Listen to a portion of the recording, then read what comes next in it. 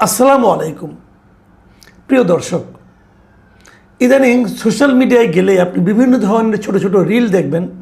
এগুলি বিজ্ঞাপনের রিল। সবচেয়ে বেশি যে রিলটা আমি ইদানিং পাই সেটা হলো তেলাপোকা নিধনের নানা ধরনের উপায়।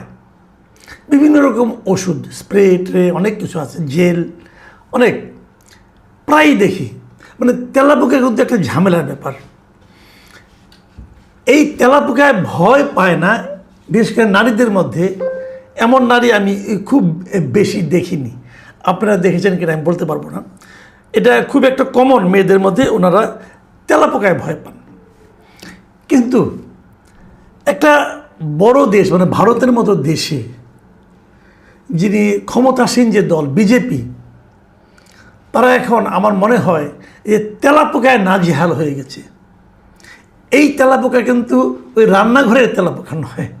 এই তেলাপোকা হচ্ছে একটা নতুন পার্টির জন্ম নিয়েছে মাত্র ধরেন এক সপ্তাহ আগে। এক সপ্তাহই একদম, কারণ এই মে মাসের 16 তারিখে এই পার্টির জন্ম হয়েছে। এই পার্টি ভোট করবে এমন কথা বলেনি। সেই পার্টির নাম হলো ককরোচ জনতা পার্টি। ককরোচ সংক্ষেপে CJP। এই ককরোচ জনতা পার্টি পুরো ভারতের রাজনৈতিক ব্যবস্থাকে পর্যন্ত নাড়িয়ে দিয়েছে। যে জেনজির উত্থান আমরা দেখেছি বাংলাদেশে এবং নেপালে, তার বিপরীতে ভারতে এটা যেন জেনজিদের একটা আন্দোলন। ইয়াং জেনারেশন এখানে ঝাঁপিয়ে পড়েছে এবং এটা সম্পূর্ণভাবে একটা অনলাইন অ্যাক্টিভিস্টদের জায়গা।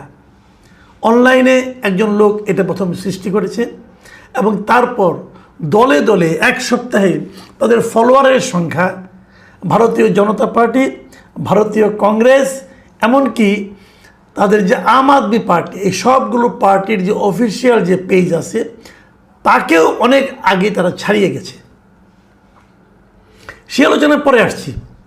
ফলোয়ারের সংখ্যা নিয়ে আলোচনাটা একটু পরেই করি। তার আগে বরং বলে নেই যে এই পার্টিটার জন্ম হলো কিভাবে এবং কেন। কদিন আগে ভারতের চিফ জাস্টিস একটা রায় দেওয়ার সময়, বিচার কার্য পরিচালনা করার সময়, এই প্রধান বিচারপতি মিস্টার সূর্যকান্ত উনি একটা মন্তব্য করেছেন। এবং এটা কিছুদিন আগের, ঠিক মানে কি যেদিন এই পার্টির গঠন হয়েছে তার ঠিক আগের দিন, মানে 15 মে। এবং সেখানে উনি বলতে যে কথাগুলি বলেছিলেন, আমি এটা উনি তো ইংরেজিতে বলেছিলেন, আমি ইংরেজিতে একটু পড়ে শুনে আপনাদেরকে, তারপরে আমি বাংলাটাও বলে দিচ্ছি। There are already parasites of society who attack the system and you want to join hands with them. There are youngster like cockroaches who don't get any employment and don't have any place in the profession. Some of them become media, some of them become social media, some of them become RTI activists, some of them become other activists, and they start attacking everyone. And you people file contempt petitions. এই হলো ওনার বক্তব্য। বাংলা করলে যেটা বলা যায়, আমি বাংলা অনুবাদটা যেটা করেছি সেটা আপনাদেরকে আমি পড়ে শোনাই, যে সমাজে ইতিমধ্যেই এমন পরজীবী রয়েছে যারা ব্যবস্থার উপর আক্রমণ করে, মানে সমাজের যে ব্যবস্থা তার উপর আক্রমণ করে। আর আপনারা তাদের সাথে হাত মেলাতে চান। তেলাপোকার মতো এমন অনেক তরুণ আছে যারা কোনো চাকরি পায় না এবং পেশাতেও যাদের কোনো জায়গা নেই। তাদের মধ্যে কেউ কেউ গণমাধ্যম কর্মী হয়, কেউ সোশ্যাল মিডিয়ার লোক হয়, আর কেউ RTI কর্মী হয়, কেউ অন্য কর্মী হয়, এবং তারা সবাইকে আক্রমণ করতে শুরু করে। আর আপনারা আদালত অবমাননার মামলা করেন। এই বিষয়গুলি নিয়ে উনি আইনজীবীদের লক্ষ্য করে এই কথাগুলি উনি বলেছেন। এখন যখন নাকি এখানে এই যে বেকার যুবক যারা আছে, যারা সোশ্যাল মিডিয়ায় কাজ করে, সোশ্যাল মিডিয়ায় বিভিন্ন রকম লেখালেখি করেন, বিভিন্ন গণমাধ্যমে কাজ করেন, এই বেকারদেরকেই এই মিস্টার সূর্যকান্ত প্রধান বিচারপতি উনি ককরোচ বা তেলাপোকার সঙ্গে তুলনা করেছেন। যেদিন এই কাজটা করেছেন তার পরদিনই যুক্তরাষ্ট্রে অবস্থানরত এক ব্যক্তি, যিনি ভারতের একসময় আম আদমি পার্টির সঙ্গে জড়িত ছিলেন, অভিজিৎ দীপকে, এই অভিজিৎ দীপকে উনি এই নতুন একটা পার্টি গঠন করেন অনলাইনে, তার নাম দেন ককরোচ জনতা পার্টি। মানে বিজেপি হলো ভারতীয় জনতা পার্টি, যেটা এখন ভারতের ক্ষমতায় আছে, তাদের একটু ব্যঙ্গ করে এই নামটা দেন ককরোচ জনতা পার্টি। নাম দিয়ে উনি সোশ্যাল মিডিয়ায় একটা পেজ ওপেন করেন, মানে ফেসবুকে। এবং এই ফেসবুকে উনি প্রথম এটা একটা করেন, যোগ্যতা নির্ধারণ করেন যে কারা এর মেম্বার হতে পারবে। এবং উনি কিছুটা মজার ছলে কিছুটা আপনার ফান করে উনি কিছুগুলো সদস্য পদের যোগ্যতা উনি নির্ধারণ করেন। এবং উনি বলেন যে এই সিজেপির সদস্য হতে গেলে আপনাকে প্রথমত বেকার হতে হবে, অলস হতে হবে, সারাক্ষণ অনলাইনে সক্রিয় থাকতে হবে এবং যে কোনো বিষয়ে আপনি যখন ক্ষোভ প্রকাশ করবেন সেই উচ্চ স্বরে সেই ক্ষোভটা প্রকাশ করার ক্ষমতা থাকতে হবে। এই হলো এটার মূল মানে আপনার যোগ্যতা মেম্বার হওয়ার। এবং এটার উদ্দেশ্য তারা যেটা বলেন সেটা হলো, আমাদের আসল উদ্দেশ্য হলো যে আমরা নানা রকম ফান করে হাসির ছলে ভারতের বর্তমান যে জেনজি যারা আছে, যারা নাকি কর্মসংস্থান পাচ্ছে না, পরীক্ষা দিতে গেলে প্রশ্নপত্র ফাঁস হওয়ার যারা নাকি এর ফাঁদে পড়ে যাচ্ছে, ভারতে যে ক্রমাগত মূল্য বৃদ্ধি হচ্ছে, শিক্ষা ব্যবস্থা এবং কর্মক্ষেত্রে যে বৈষম্যের শিকার হচ্ছে, এই সবগুলো বিষয় নিয়ে তারা এখানে প্রতিবাদ করবে এবং এই ইস্যুগুলো তুলে ধরবে।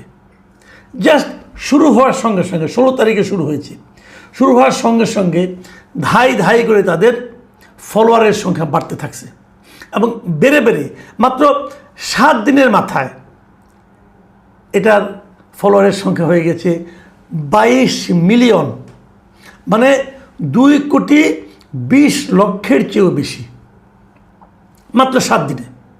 এবং তারা 4 দিনের মাথায়, ঠিক 4 দিনের মাথায় ভারতের যে ক্ষমতাসীন দল বিজেপি, সেই ভারতের ফলোয়ার সংখ্যা হলো 89 লক্ষ। এই 89 লক্ষকে তারা অতিক্রম করেছে মাত্র 4 দিনের মাথায়। এবং বিজেপির চেয়েও বেশি ফলোয়ার হলো কংগ্রেসের ফলোয়ার সংখ্যা হলো 1,33,00,000, সেটাকে তারা অতিক্রম করেছে মাত্র 5 দিনের মাথায়। আর তারপর তাদের এখন দাঁড়িয়েছে কত, 2,20,00,000 ফলোয়ার। মানে পুরো ভারতে একটা হুজুগ তৈরি হয়ে গেছে। ভারতের যে সমস্ত মানে আপনার জেনজি ইয়াং জেনারেশন যারা নাকি ভারতে বসবাস করে অথবা ভারতের বাইরে বসবাস করে, তারা সবাই যেন এখানে ঝাঁপিয়ে পড়েছে এবং এখানে তারা সমাজে এই যে অসঙ্গতিগুলো, এগুলো নিয়ে নানা ধরনের পোস্ট দেওয়া শুরু করেছে। ভারতীয় জনতা পার্টি, তারা ক্ষমতাসীন দল, তারা এতে কিন্তু প্রমাদ গুনেছে। তারা ভাবছে এটা হচ্ছেটা কি। এবং বলা হয়ে থাকে তাদের কারণে, এটা ঠিক কিনা আমরা জানি না, বাট অভিজিৎ যে আছেন, যিনি এটা প্রধান অভিজিৎ দীপকে, তিনি অভিযোগ করেছেন যে এটা নিয়ে ভারতীয় জনতা পার্টি সরকারি দলই তাদের এই সাইটটাকে এর মধ্যে বন্ধ করে দিয়েছে। মানে এটা দেখা যাচ্ছে না এখন, আজকে থেকে এটা বন্ধ হয়ে গেছে এবং এটা স্থগিত করা হয়েছে। তারা এটাকে দ্রুত চেষ্টা করছে ঠিক করার জন্য। ঠিক করতে পারবে কি না এটা বলা বড় কঠিন, কারণ ভারতে তো অনেক আপনার ইউজার আছে, কাজে তাদের ইউজারের সংখ্যা এত বেশি যে তাদের চাপের মুখে অনেক সময় ফেসবুক কিংবা টুইটার মানে এক্স হ্যান্ডেল, এরা কিন্তু অনেক সিদ্ধান্ত নেয় এবং সেটা হয়তো সেই কারণে বন্ধ হয়ে গেছে কিনা, এটা এখনও স্থায়ীভাবে বন্ধ হলো কিনা এখনও বোঝা যাচ্ছে না। কিন্তু এর মধ্যে কিন্তু তাদের এই অবস্থা হয়েছে। এবং ভারতে এরা একটা বড় ধরনের আন্দোলন, বড় ধরনের ঝাঁকুনি তারা কিন্তু দিতে পেরেছে ভারতের বর্তমান ক্ষমতাসীন সরকারকে। অনেকে বলছিলেন যে কলকাতায় পশ্চিমবঙ্গে বিজেপি বিজয়ী হওয়ার পর তার প্রথম যে আইনটা করে পুরো পশ্চিমবঙ্গকে কাঁপিয়ে দিয়েছে, সেটা হলো গরু মানে জবে করা নিষিদ্ধ করার ঘোষণা দিয়ে। কারণ সামনে কোরবানির ঈদ, এই কোরবানির ঈদে অনেকেই গরু জবে করেন, তাদের গরু জবে বন্ধ করে দেওয়া হয়েছে। এবং এই বন্ধ করে দেওয়ার ফলে ভারতে যারা নাকি গরুর খামারই ছিল এবং যাদের মধ্যে অ্যাবাভ 90% হলো হিন্দু, এই হিন্দু জনগোষ্ঠীর যে খামার, এই খামার ব্যবসা একদম মানে মাঠে মারা যাওয়ার উপক্রম। আজকে বিবিসি একটা স্টোরি দেখলাম, সেখানে খামারিরা কীভাবে চিৎকার চেঁচামেচি করছে, কান্না করছে, তারা বলছে এই সরকার তো আমাদেরকে ডুবিয়ে দিল। এরই মধ্যে ভারতের কলকাতারই একজন ইমাম তিনি বলেছেন যে মুসলমানরা যদি সিদ্ধান্ত নেয় তারা গরুর মাংস আর খাবেই না, গরু কুরবানি দেবেই না, তাহলে আসলে কি হবে? মুসলমানরা তো গরু কুরবানি না দিয়ে মানে ছাগল কোরবানি দিতে পারে, খাসি কোরবানি দিতে পারে, এমনকি মুরগিও কোরবানি দিতে পারে, কোনো সমস্যা নেই। উনি যেটা বলেছেন আর কি, উনি এভাবে বলেছেন। তাহলে যারা খামারি, যাদের খামারিদের 90% বেশি হলো হিন্দু, তাদের কি অবস্থা হবে? এবং কেবল তাই নয়, সারা দুনিয়াতে বিফ বলতে যা বোঝায় তার সবচেয়ে বড় রপ্তানিকারক দেশ হলো ইন্ডিয়া, ভারত। তো সেটারই বা কী হবে? যাক, এগুলি তাদের ব্যাপার। এবং অনেকে ভেবেছিল যে এই গরু বন্ধের ঘটনাটা বোধহয় পশ্চিমবঙ্গকে খুব নাড়া দিয়েছে, কিন্তু গরুর চেয়েও পাওয়ারফুল যে ককরোচ হতে পারে, মানে তেলাপোকা হতে পারে, এবং তেলাপোকা যে পুরো ভারতের বিজেপিকে নাড়িয়ে দিয়েছে, এটা কিন্তু আমরা দেখতে পেলাম মাত্র 7 দিন। এখানে একটা ঘটনা কিন্তু আমরা বলতেই চাই। আসলে দেখুন, তেলাপোকা কিছু না, গরুও কিছু না, কিছুটা হচ্ছে যে সাধারণ মানুষের প্রতি সরকারের কি আচরণ। এই যে সাধারণ মানুষের যে ক্ষোভ এই ককরোচ জনতা পার্টিকে কেন্দ্র করে পুঞ্জীভূত হয়েছে, প্রকাশিত হয়েছে, এটা কি হঠাৎ করে এই মে মাসের 16 তারিখে যা আনা গেল? এই ক্ষোভটা কি 16 তারিখেই হয়েছে? তা কিন্তু না, এটা দীর্ঘদিন ধরে চলে আসছিল। এই পুঞ্জীভূত ক্ষোভ হয়তো প্রকাশের কোনো পথ পাচ্ছিল না। যেই মাত্র একটা ককরোচ জনতা পার্টি নামে কেউ একজন করলো, দেখেন এই অভিজিৎ দীপকে কথা বলছি আমরা, এই অভিজিৎ দীপকে কিন্তু একসময় আম আদমি পার্টিতেও কাজ করতো। কই আম আদমি পার্টির ফলোয়ার তো এত হয়নি, তো ওদেরটা এত হলো কী করে? এটা হলো যে তারা জনগণের, মাস পিপলের পালসটা বুঝতে পেরেছে। সাধারণ মানুষের যে আপনার পালস যেটা আছে, তাদের মনে চিন্তা যেটা আছে, সেটাকে তারা অনুভব করতে পেরেছে, এবং তাদের সঙ্গে ওনাদের এই আদর্শে এটা ব্যঙ্গাত্মক হলেও মিলে গেছে।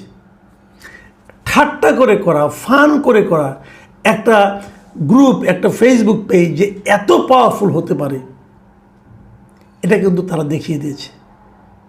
আমাদের এখনও একই হচ্ছে। আমাদের 24 জুলাই আন্দোলনে আমরা একই জিনিস দেখেছি। ক্ষমতাসীন একটা দল কীভাবে পাশের ঘরের মতো ভেঙে চুরমার হয়ে গেল একটা আন্দোলনের ডাকে। অভিজিৎ দীপকে কিন্তু মূল বিষয় না, মূল বিষয় হলো সাধারণ মানুষ। যেমন আমাদের এখানেও কে সামনে ছিল, নাহিদ ইসলাম না আক্তার হোসেন, এগুলো কোনো বিষয় না, বিষয় হলো সাধারণ মানুষ। সাধারণ মানুষকে আপনি ক্ষুব্ধ করবেন, আপনাকে তারা বালির ঘরের মতো ভেঙে দেবে। আমরা জানি না যে এই ককরোচ জনতা পার্টি তাদের পেজটা আবার ফেরত পাবে কিনা, না পেলে তারা বিকল্প কোন পথে অগ্রসর হবে। কিন্তু আমরা এটা জানি, সাধারণ মানুষের সেন্টিমেন্টকে যদি আপনি উপেক্ষা করেন, কোনো সরকার যদি